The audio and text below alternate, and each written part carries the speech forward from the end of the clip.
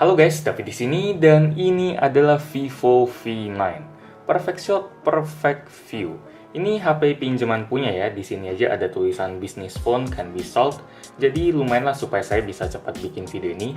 Nah, V9 ini sendiri bakal dijadiin andalan Vivo buat awal tahun ini.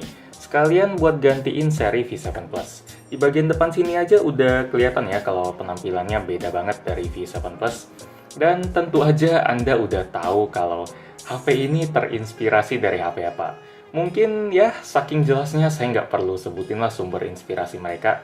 Di bagian atas ini ada logo Vivo sama logo Piala Dunia di Rusia nanti pas 2018 itu tahun ini 3 bulan lagi kalau nggak salah bulan Juni nanti.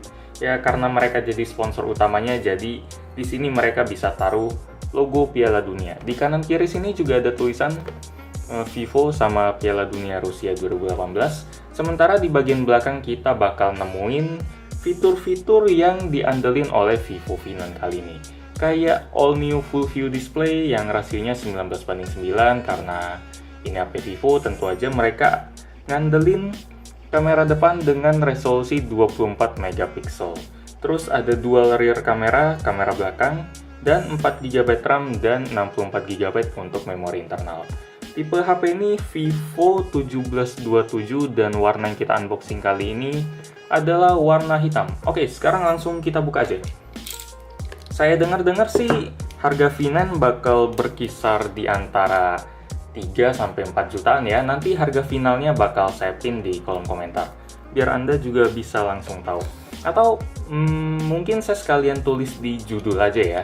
Dengan harga segitu kita bakal dapetin HP dengan chipset Snapdragon 450, RAM 4GB yang tadi memori internal 64GB, layarnya 19:9 dengan resolusi Full HD+, kamera belakangnya ada dua tadi resolusinya, yang satu 13 megapiksel dan yang satu lagi 2 megapiksel buat ngasih efek bokeh. Kamera depannya 24 megapiksel, baterainya 3260 mAh, dan yang saya agak senang sistem operasinya udah Android Oreo. Itu lumayan oke. Jadi ini kita buka dulu. Angkat ke atas, warna kotaknya putih. Kita langsung disambut. Kalau ini biasanya isinya kitab-kitab sama mungkin ada bonus jellycase juga. Kita taruh di sini dulu. Ini ada stiker email, oke. Dan ini adalah Vivo V9. Kita taruh di sini aja ya. Ini layarnya lumayan gede ya, soalnya ukurannya 6,3 inci. Taruh sini aja deh biar kelihatan. Ukuran layarnya 6,3 inci. Dan resolusi layarnya udah Full HD+. Kita taruh di sini. Sekarang kita lihat ininya aja dulu. Oke, memang ada jellycase. Di sini nggak ada apa-apa lagi. Jellycase ini ukurannya juga lumayan gede, sesuai lah sama ukuran HP-nya. Terus, kalau menurut gambar ini sih HP ini udah dukung triple slot SIM ya. Terus di sini pin ejectornya kita cabut dulu buat nanti kita pakai. Ada tanda panahnya juga buat arah ngebuka. Taruh sini dulu. Terus di sini ada kepala charger, kecepatannya 5 volt 2 ampere. Di sini ada earphone, in-ear monitor, dan di sini ada kabel data. Yang kepalanya masih USB micro B yang biasa kita temui, belum USB Type C. Dan di dalam sini nggak ada apa-apa lagi. Sip. Sekarang kita langsung lihat HP-nya aja. Ini bahan bodinya pakai polikarbonat ya kalau saya baca. Dan langsung kita lihat aja, buktiin langsung. Sini udah kelihatan kalau tulisan Vivo-nya pakai warna gold. Terus nggak bisa di sliding. Jadi kita cabut aja pastinya. Oke. Jadi di bagian pinggir sensor fingerprint, di bagian sisi-sisi kameranya udah dikasih warna gold, tulisan Vivo-nya juga udah. Ini HP-nya lumayan enteng walaupun ukurannya gede. Dan feel bodinya memang kayak polikarbonat banget sih, walaupun dia kelihatan kayak kaca, mengkilat kayak gini. Memang kalau saya bilang kaca pun mungkin Anda nggak terlalu bisa nentuin ya ini kaca beneran atau enggak, karena memang kelihatannya kayak gitu, tapi feel-nya memang sama sekali nggak kerasa kayak kaca. Mungkin Vivo mikir kalau mereka pakai bahan kaca beneran mungkin agak percuma karena ujung-ujungnya ditaruhin casing kayak gini. Jadi ya mungkin nggak tahu juga ya. Mungkin mereka pikir karena dikasih casing ngapain juga kita kasih kaca beneran, jadi yang penting looknya kayak kaca aja. Oke, ini casingnya dapat bonus kayak gini. Oke, nanti pas kita review saya bakal ngebahas kualitas HP ini tanpa casing kok. Jadi bagian bahan ini bakal menarik banget buat diobrolin. Terus kita sambil hidupin aja, kita tes yang bagian triple slot SIM tadi. Jadi ini Vivo Camera and Music, udah tagline yang dari dulu banget. Memang Vivo ngandelin kamera sama musiknya sih. Kali ini mereka juga ngandelin layar dari kata-kata perfect view tadi. Terus di sini ada, oke, ini triple slot SIM yang bisa nampung 2 kartu nano SIM dan 1 kartu micro SD. Terus di bagian atasnya, oke, polos, nggak ada apa-apa. Di bagian kanannya ada tombol power dan volume. Di bagian kiri tempat slot SIM tadi, di bagian bawah ada headphone jack, ada mikrofon, sama ada speaker. Sementara di bagian belakang ada 2 kamera, 1 LED flash, dan 1 sensor fingerprint. Di sini ada tulisan juga Vivo Business Phone. Kita cabut aja dulu. Semoga cabutnya enak. Soalnya kalau cabutnya kurang perfect bisa nempel. Gas. Sip. Ini ada tulisan Design by Vivo juga. Oke, udah kebuka, kita setting-setting dulu aja. Oke, jadi saya barusan setting-setting sebentar dan pas nyeting tadi saya langsung ngerasain perbedaan yang lumayan jauh ya di bagian layar, terutama di bagian resolusinya. Soalnya layar V9 ini udah kerasa tajam dan warnanya juga enak dilihat. Jadi HP ini bukan cuma modal poni doang, tapi kualitas gambarnya memang saya akuin lumayan beda. Kemarin saya ada cerita soal rumor V9 ini ya. Saya ada bilang kalau dengan harga 5 juta dan spek yang kita obrolin di sana, V9 bakal keren banget. Tapi nyatanya harganya lebih murah dan speknya juga lebih rendah.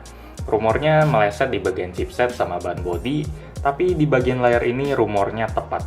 Jadi saya belum bisa kasih jempol secara permanen ke HP ini, jadi ini harus diuji lebih jauh di video review.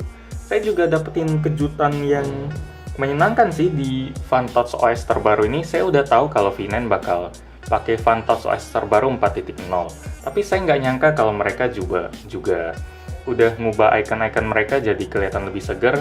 Soalnya icon-icon di FunTouch OS 3 menurut saya udah agak ketinggalan. Jadi untunglah Vivo nyadar soal itu dan memperbarui icon mereka. Yang buat yang belum tahu soal FunTouch OS, itu custom OS yang dibuat Vivo yang base-nya dari Android. Ini udah Oreo ya, jadi lumayan seru juga. Terus apa lagi ya soal OS FunTouch?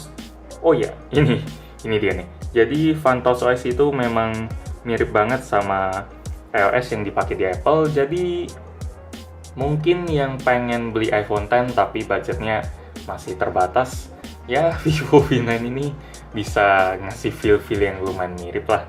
Ini ada notes-nya kayak gini lagi. Terus ngomong-ngomong soal notes, kita langsung bahas AI selfie kamera yang resolusinya udah 24 megapiksel aja.